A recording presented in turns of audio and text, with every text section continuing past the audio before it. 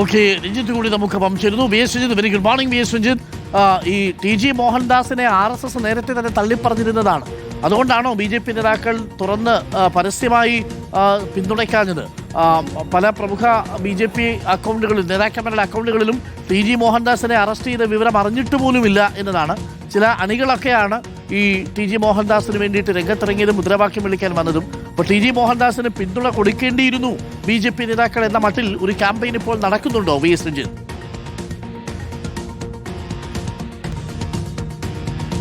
തീർച്ചയായിട്ടും അങ്ങനെ നടക്കുന്നുണ്ട്.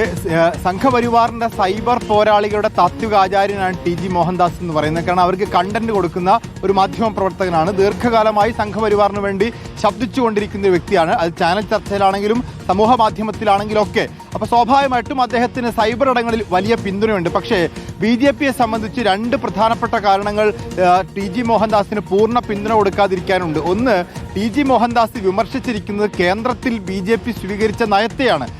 മന്ത്രി ഭൂപേന്ദ്ര യാദവ് രാജിവെച്ചത് ഉൾപ്പെടെയുള്ള കാര്യങ്ങൾ വേണ്ടിയിരുന്നില്ല എന്നുള്ളതാണ് ഇവിടെ ടി ജി മോഹൻദാസ് പറയുന്നത്. അതായത് കേന്ദ്ര സർക്കാർ ഈ സമരത്തെ കൈകാര്യം ചെയ്ത രീതി തെറ്റാണ് എന്നുള്ളതാണ്. അതിനൊരിക്കലും കേരള BJP ഘടകത്തിന് പിന്തുണയ്ക്കാൻ പറ്റില്ല. മാത്രവുമല്ല, അദ്ദേഹം പറഞ്ഞ ഭാഷയെയും ആ രീതിയെയും RSS തള്ളിപ്പറയുകയും ചെയ്തു. അതുകൊണ്ട് BJPക്ക് പൂർണ്ണമായി പ്രസ്താവനയെ സാധൂകരിക്കുക സാധ്യമല്ല. പക്ഷേ അദ്ദേഹത്തെ അറസ്റ്റ് ചെയ്ത രീതിയെ വിമർശിച്ചുകൊണ്ട് കഴിഞ്ഞ മിനിയാന്ന് തന്നെ S സുരേഷിന്റെ പ്രസ്താവന വന്നു. ഇന്നലെ അദ്ദേഹത്തിന് ജാമ്യം ലഭിച്ച ശേഷമാണ് രാജീവ് ചന്ദ്രശേഖർ ആണെങ്കിലും K സുരേന്ദ്രൻ ആണെങ്കിലും പിന്നീട് MT രമേശ് ആണെങ്കിലും ഒക്കെ പ്രസ്താവനകൾ ഇറക്കിയത്. അങ്ങനെ പ്രസ്താവന ഇറക്കിയ നേതാക്കന്മാരുടെ പോസ്റ്റിനടിയിൽ വലിയ വിമർശനമാണ് ഉന്നയിക്കപ്പെടുന്നത്.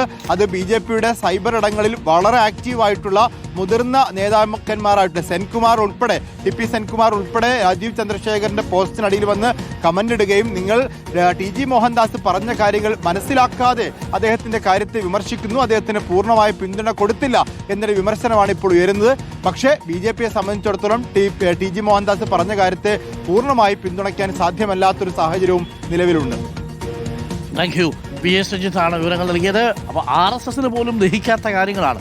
അല്ലെങ്കിൽ ഒന്ന് ആലോചിച്ച് നോക്കി, 15 വയസ്സുള്ള പെൺകുട്ടികളുടെ ശരീരാളവിനെക്കുറിച്ച്, അവരുടെ വസ്ത്രധാരണത്തെക്കുറിച്ച്, ഈ സമരം ചെയ്യാനെത്തുന്ന, പ്രതിഷേധിക്കാനെത്തുന്ന പെൺകുട്ടികളടക്കം ബലാത്സംഗ പ്രിയരാണെന്നും അവരെ ആരെങ്കിലും കൂട്ടബലാത്സംഗം ചെയ്താൽ ആരും പരാതി പറയില്ല എന്നതടക്കമുള്ള മ്ലേച്ഛമായ, അത്യന്തം നിന്ദ്യമായ പരാമർശങ്ങൾ ഇങ്ങനൊരു മനുഷ്യനിൽ നിന്ന് എങ്ങനെയാണ് പുറത്തു വരിക എന്നുള്ളതാണ്.